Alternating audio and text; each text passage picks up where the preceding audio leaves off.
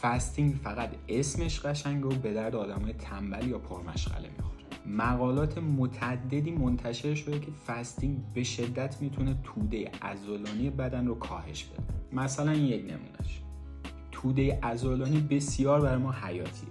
این توده عضلانیه که اکثر سوخت و سازهای بدن رو انجام میده و این توده عضلانیه که به شدت تاثیر مهمی روی تعادل هورمون‌های ما مثل انسولین داره. از طرف دیگه ما گلو و حنجره خودمون رو پاره کردیم که آقا انسولینتون رو کنترل کنیم که چاقیتون کنترل بشه. واسه همینه که ما میگیم تعداد وعده هاتون رو زیاد کنین و حجمش رو کم کنین که انسولین یهویی نره بالا و باعث تجمع چربی بشه. وقتی شما فاستینگ میگیرین یه تایمی از روز کلا هیچی نمیخورین، انسولینی تو بدن وجود نداره. هورمون‌هایی مثل گلوکاگون که باعث کاتابولیسم یا تجزیه شدن عضلات میشن بالا میاد. اینجوری شما توده عضلانیتون رو از دست میدید. بعد طی اون حالا 8 ساعت یا 12 ساعتی که دارین غذا میخورین، انسولینتون به شدت بالا میره.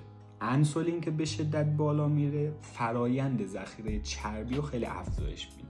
از طرفی به تازگی یک مقاله منتشر شده که رژیم فاستینگ باعث توقف فعالیت فولیکول‌های مو میشه. در نتیجه باعث ریزش مو و عدم رشد مو و کاهش سلامت مو میشه. پس فاستینگ صرفاً یک رژیم به شدت اداییه و یا فقط برای افراد پرمشغله کاربرد داره.